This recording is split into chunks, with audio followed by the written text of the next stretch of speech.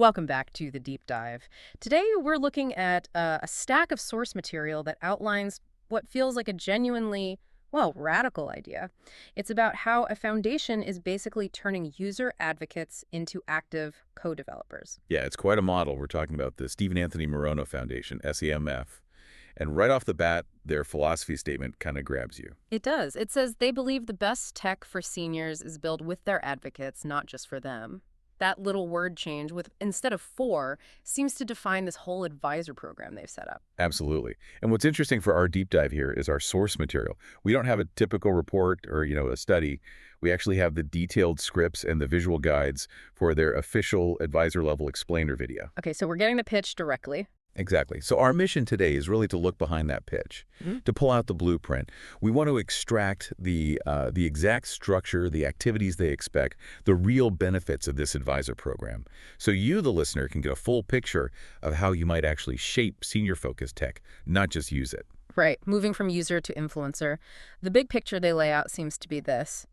The advisor level is, well, an exclusive community, a strategic one. These members directly help shape the samf apps that are coming down the pike over the next year. You're sort of signing up to be a co-developer almost. Yeah, or at least a strategic advisor whose advice is formally tracked and acted upon. It definitely goes beyond the usual suggestion box idea.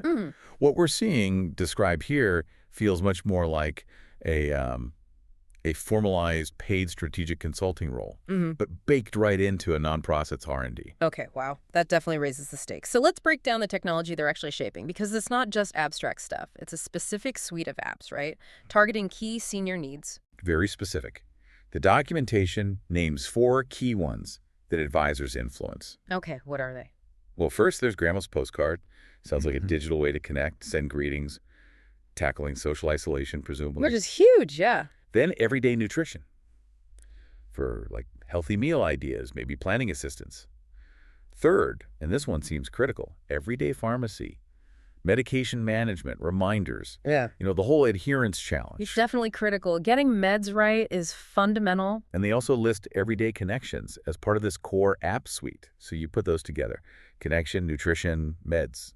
It paints a picture, right? Helping seniors manage daily life. Stay independent. All right, targeting those areas where support is often needed most. And that's why the advisor role is framed as so strategic. They're the voice making sure the core needs are met properly from the start. Okay, this brings us to a really interesting line in the source material. It says, advisor feedback doesn't just inspire the team, it becomes part of the code. Wait, that sounds significant. It is. It stopped me too. Are we just talking about voting on features? Feature A wins over B. Or is it more fundamental? Are advisors actually saying, hold on, this pharmacy tool must handle X before you ship it? The sources strongly suggest the latter. It sounds like it influences the foundational requirements, the non-negotiables.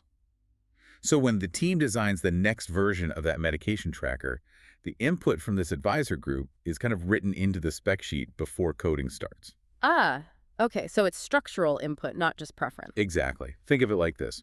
Advisors aren't tech support teaching users how to click. They're guiding the builders. They're telling the SAMF team what that button absolutely needs to achieve based on real life.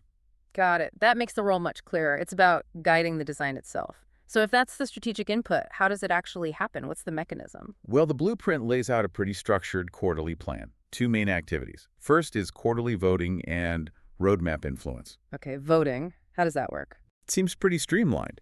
Advisors get to see early versions, give feedback. Then, each quarter, they look at a short list, maybe just 3 or 4 big ideas for upcoming features, and they vote. A short list, okay. So it's focused. Right. And here's the kicker. They claim the winning ideas move into production fast, within weeks. That speed is interesting. It suggests a real commitment to letting the votes drive immediate action. Weeks, not months. That's what the script says. Rapid implementation based on the vote. And is it transparent? Can you see what happens after the vote? Apparently, yes. The visuals mention an advisor roadmap dashboard, so you can log in, see which features won the vote, track their progress, development, testing, rollout. You see your influence mapped out. That level of visibility is pretty rare. Accountability. Right. That transparency probably keeps people engaged. Which brings us to the second key activity.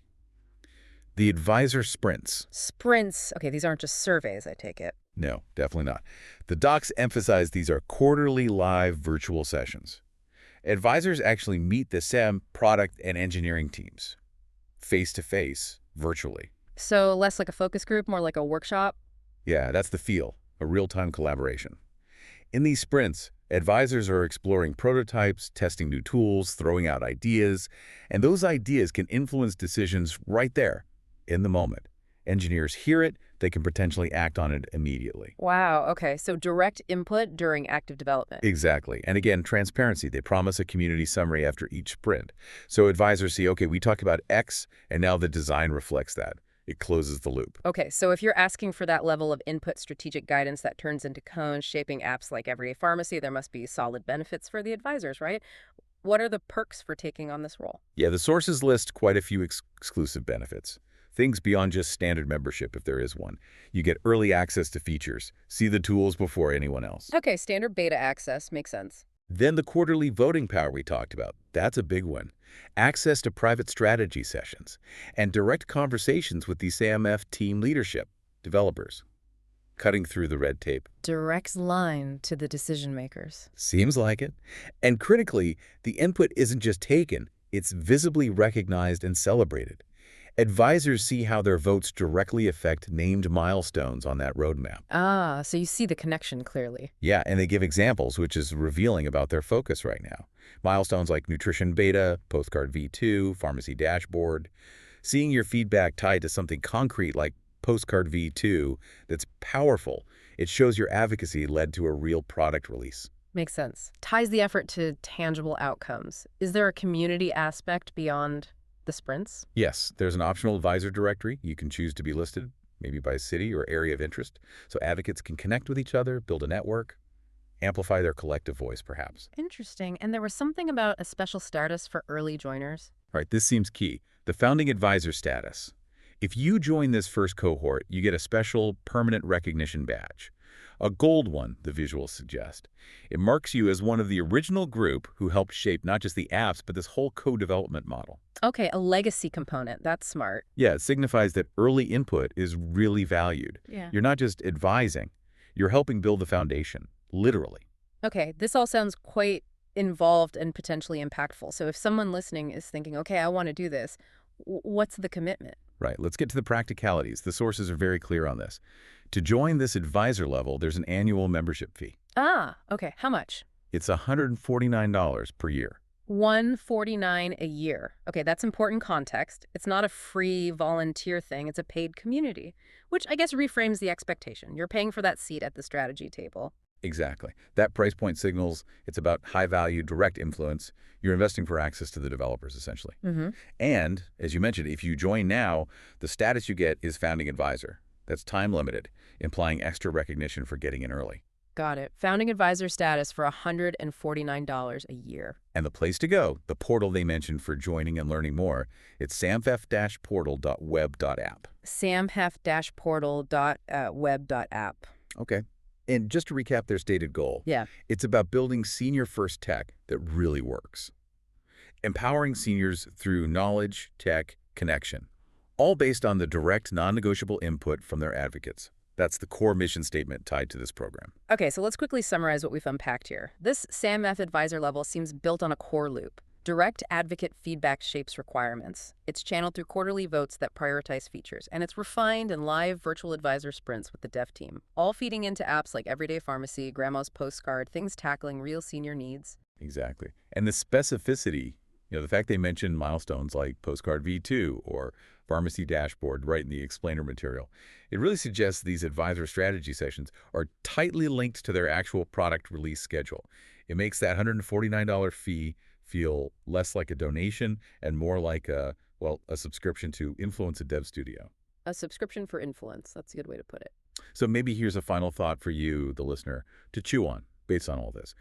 Given this very structured, almost business-like model of code development, where your vote can push a feature into development within weeks and you pay for that privilege, what's the long-term impact of charging for advisory status like this?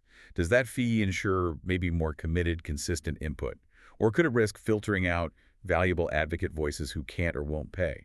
What might this paid co-development model mean for how specialized tech gets built for niche user groups in the future? Yeah. Does the paywall enhance quality or limit access? A really fascinating question about where user-centered design might be heading. Definitely something to think about.